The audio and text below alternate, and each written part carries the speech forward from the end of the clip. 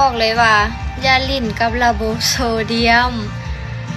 อันนี้นะเป็นคนที่มักกินต่ำกินยำจีนกินปิ้งจีนนั่นนี่ตลอดต้มหมอกต้มมีอันที่โซเดียมไม่หลายนะ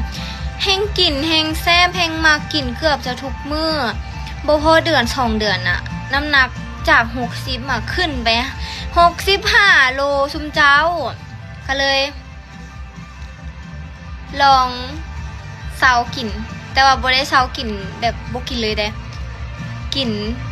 โดนกินเถื่อแล้วฮู้บ่พอเดือนนึงนะน้ำหนักลงมาคืนจาก65เหลือ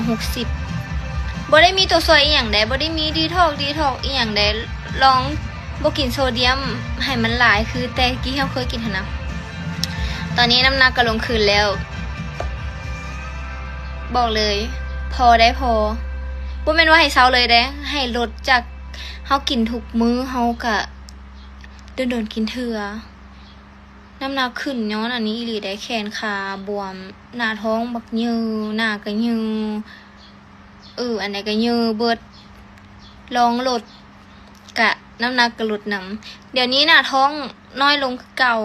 ก่อนเก่าหั่นนะจากที่ว่าใช้เครื่องนั่นนี่ก็ขับหั่นนะเดี๋ยวนี้ส่งลงคือเก่า